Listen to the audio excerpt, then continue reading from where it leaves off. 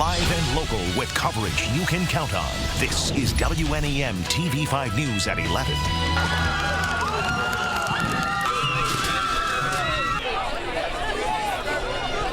Opening night of football season across mid-Michigan, but perhaps the biggest story of the night is a grand reopening.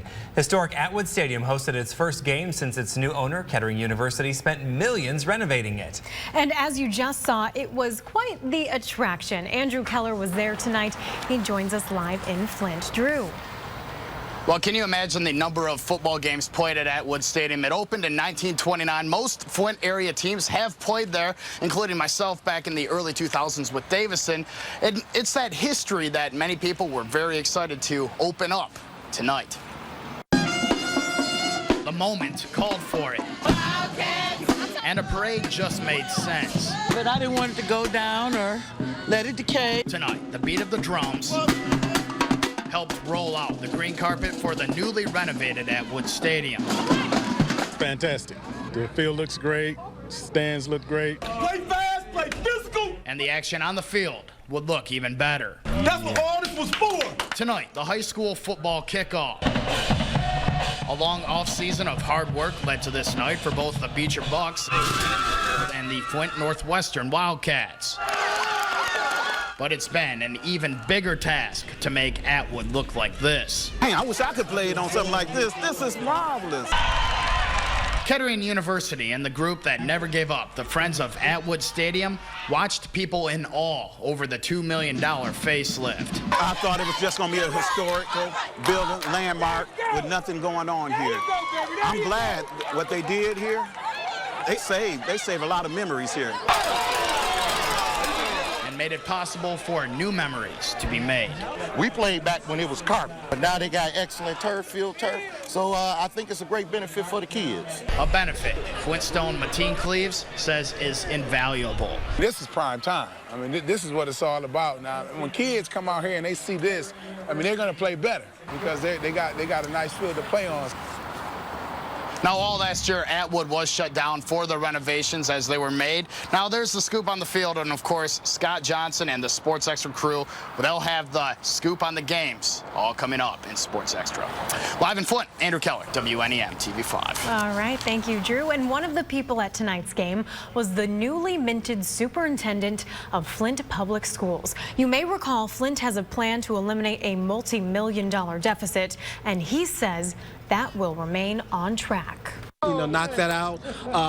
But always we got to stay focused on the quality of our academic program. We know that's there, but we can still deliver a quality program. The Flint school year begins September 8th. Well, tomorrow should start feeling a little more like summer as you take this live look over Saginaw and Bay City. Meteorologist Chris Eastlick is in for Brian tonight. He has a first look at your forecast. Hi, Chris. Hi, David. Yeah, we're going from fall today to summer tomorrow very quickly. You can see we have cleared out the clouds are gone tonight, and we are going to see high pressure take control tomorrow with plenty of sunshine. We are watching an area of low pressure off to the west that's going to eventually slide through, but tomorrow's going to be a great day outside. 53 in Flint, 55 in Saginaw, 59 in Bay City, and 59 in Midland. Clear skies wherever you go tonight. Going to make for a chilly morning. 54 when you start your day, 70 degrees by noon. Here is the sneak peek of your weekend. Saturday, we are watching scattered showers and thunderstorms lingering into Sunday, but Sunday should be a very nice day. So here's your evening headlines tonight. Quiet and cool, and then the sunshine returns tomorrow. We'll map everything out in your full forecast coming up. Thank you, Chris. Controversial deaths involving police in the past year have frayed an already tenuous trust between officers and the people they protect. Michael Brown in Ferguson, Missouri, Eric Garner in New York, Freddie Gray in Baltimore. Since then, TV5 has been committed to breaking the ice on a candid conversation. We're asking, what are your rights when you interact with police? Gino Vici has the latest installment in our continuing series, Law and Order, A Matter of Trust.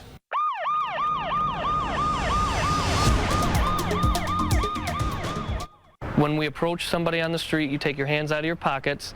We'll ask a name. If you have your ID, we'll ask to see your ID. In part 2 of our series on interacting with police, Saginaw PD wants you to know the do's and don'ts of interacting with police on the streets. First thing first, and contrary to what you may think, police say there is always a reason when they approach and want to talk. Or maybe a crime was just committed, and we do want to investigate to see if you're involved.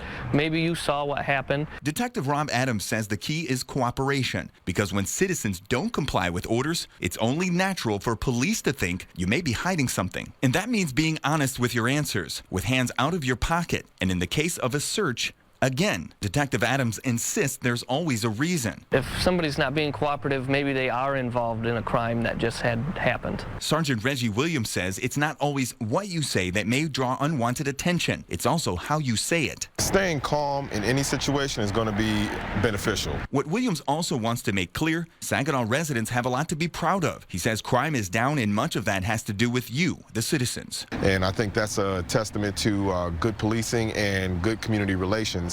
And our community stepping up and helping out as well. In the end, Officer Adams says the point is not to lecture citizens, rather to make sure everyone involved stays safe. Bottom line is that we want to go home at night. We want you to go home at night, and we're just out here not to mess with anybody, but we just want to do our job the best that we can and make the community a safer place.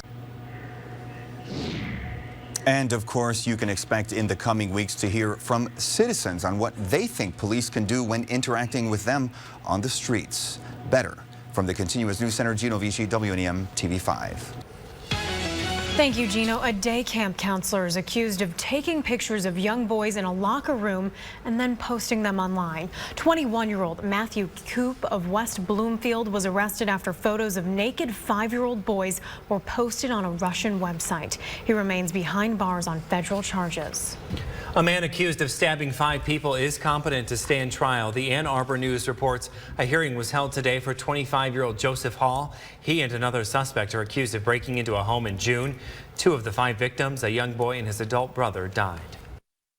Amazing grace, how sweet the sound. A vigil tonight to remember the TV reporter and cameraman murdered Wednesday on live TV.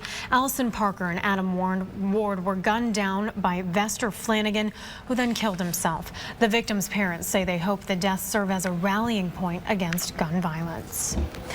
All new at 11, stories from all across the nation. Coast to coast in 60 seconds. A Tennessee deputy and a driver he was trying to help struck by his cruiser, which was hit by an inattentive driver. Both are expected to survive. A 17-year-old passenger died when this car collided with a school bus in North Carolina. There were 4 others in the car. All were injured. Lunch is not served. A food truck was destroyed when its propane tank exploded in Florida. No one was injured. Failed brakes are to blame for this geyser. A car struck a hydrant in Hollywood, and the water shot so high it caused a power line to explode. An off-duty Arizona firefighter under investigation accused of inciting a violent fistfight. It attracted hundreds of spectators and blocked 2 city streets. School scandal in Albuquerque. The man hired as deputy superintendent is facing child sexual assault charges in another state. Jason Martinez remains behind bars. And a school locked down in Colorado because of a bear in the area. The animal was tranquilized and relocated to a safe area. And there you have it, coast to coast in 60 seconds. More local news. As we've been reporting, crime has been decreasing in Saginaw, and citywide meetings like the one tonight at Jesse Loomis School are part of that reason. It brings together police and neighborhood associations. They let us know when things are awry in the neighborhoods and when they see something suspicious. And they're their eyes in the street. The 2 sides meet each month. And residents are getting the lowdown on legal issues affecting their water and sewer rates. As we've been reporting, Judge Archie Heyman ordered Flint to cut its rates and discontinue certain fees. Tonight, residents gathered at a town hall meeting to learn more about that ruling. I think people walked away with a little more clarity tonight, and I think it's very important for people to have a sense of knowing what is going on. The ruling is under appeal. You know, when I came in and saw all the people, it was really nice that they would do all this stuff for me. A Genesee County police officer has a lot of help fighting lupus. Amanda Eads has been off work for the past 2 months. She's undergoing chemotherapy and dialysis, and the medical bills are growing. So tonight, her fellow officers in Burton held a fundraiser, but people started helping long before tonight when it was first learned about her health issues. The donations started pouring in. The GoFundMe page started exploding. If you go inside, you see some of the tremendous raffles we have. Those just started pouring in, and so it was pretty overwhelming to begin with. And then we started out tonight at 4 p.m. and the parking lot filled instantly. Eads still has 3 rounds of chemo to go. Staying in Genesee County for Veterans Appreciation Night at the football game featuring Bendel at Lakeville. It came with all the bells and whistles, including an on-field ceremony, free admission, and free food and drink. This was the 2nd year for the event. To Saginaw County, where a hospital threw a party to celebrate the work of its staff and first responders. The Covenant Emergency Care Center ranks in the top 10% of ERs across the nation for number of patient visits. In just the past year, Covenant took care of nearly 90,000 ER patients. Certified most accurate by Weather Rate. Now your First Warn 5 forecast with meteorologist Chris Eastlick.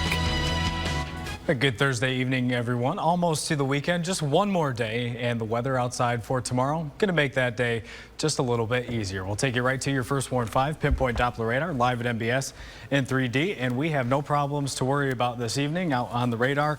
We have no rain showers to speak of for the next couple of, actually about the next 24 hours or so. So we'll take you out to the live cams and start you in downtown Saginaw, where it's currently 55 degrees. Dew point's still comfortable at 54. A light southwest or south wind at 6 miles an hour. Humidity climbing, but that's normal as we go through the evening hours. Here's your next stop, Bay City, 59 degrees, a beautiful night there. And our last stop, 53 degrees in downtown Flint tonight. We'll take you back to the temperature map tonight and show you we are in the lower 50s in most locations, 51 in Bad Axe, 52 in Carroll, 50 in Lapeer, almost to the 40s there in Lapeer. A little bit warmer as you go farther west, 61 in Mount Pleasant, 61 in Houghton Lake. Here's your dew points tonight, feeling very good, although they're close to the temperature. But with these light winds out there this evening, about 5 to 10 miles an hour at the most. 8 is the high as we go in Houghton Lake. Everywhere else feeling pretty calm. And with those light winds and humidity getting up there, 90% in Port Hope, 94 in Bad Axe, and 100% in Lapeer, I'm thinking fog tomorrow morning is very reasonable. We'll take you out to the First Warn 5 Sky Tracker and show you that we do have clearing skies, just a few light false echoes popping up on the radar tonight. We don't have any rain showers in the vicinity, so those are a bit of a false alarm. We'll take you to a wider view of your First Warn 5 Sky Tracker, showing you we do have high pressure and control. That will bring partly cloudy skies tomorrow, but we are watching this area of low pressure off to the west, which will eventually slide in sometime late Friday night and into the day on Saturday, bringing with it some scattered showers and thunderstorms. Let's time everything out. Midnight tonight, we'll roll you through the morning hours tomorrow. Your morning commute on Friday, looking good. Partly sunny skies, and that looks to continue through most of the day. We'll take you through the afternoon, where eventually clouds will start to thicken up as that area of low pressure starts to move into the area. 5 o'clock, I think that might be a little early, but the trend is correct. Clouds are going to start to build. We go through midnight, and you can see we do have rain starting to move off to the west, into the east, and eventually sliding into mid-Michigan on Saturday. You can see Saturday morning, we start to see the scattered showers and thunderstorms, and throughout the day, they remain scattered, and they will likely stay that way for the remainder of the day. Hard to predict, so your neighbor might get one, you might not. Here's your forecast for tonight, 54 degrees, decreasing clouds, keep the windows open. Here is your forecast for tomorrow, 76, more sunshine, finally. And here's your First Warn 5 7-day forecast. After a nice day tomorrow, we deal with the scattered showers and storms for the weekend, but then by next work week, Monday through Thursday, looking very nice. We also may make a run at 90. David and Meg, back to you. Sounds good, Chris. Thank you. Caught on camera, although you could also call this our video of the night. A man who definitely doesn't want his vehicle towed.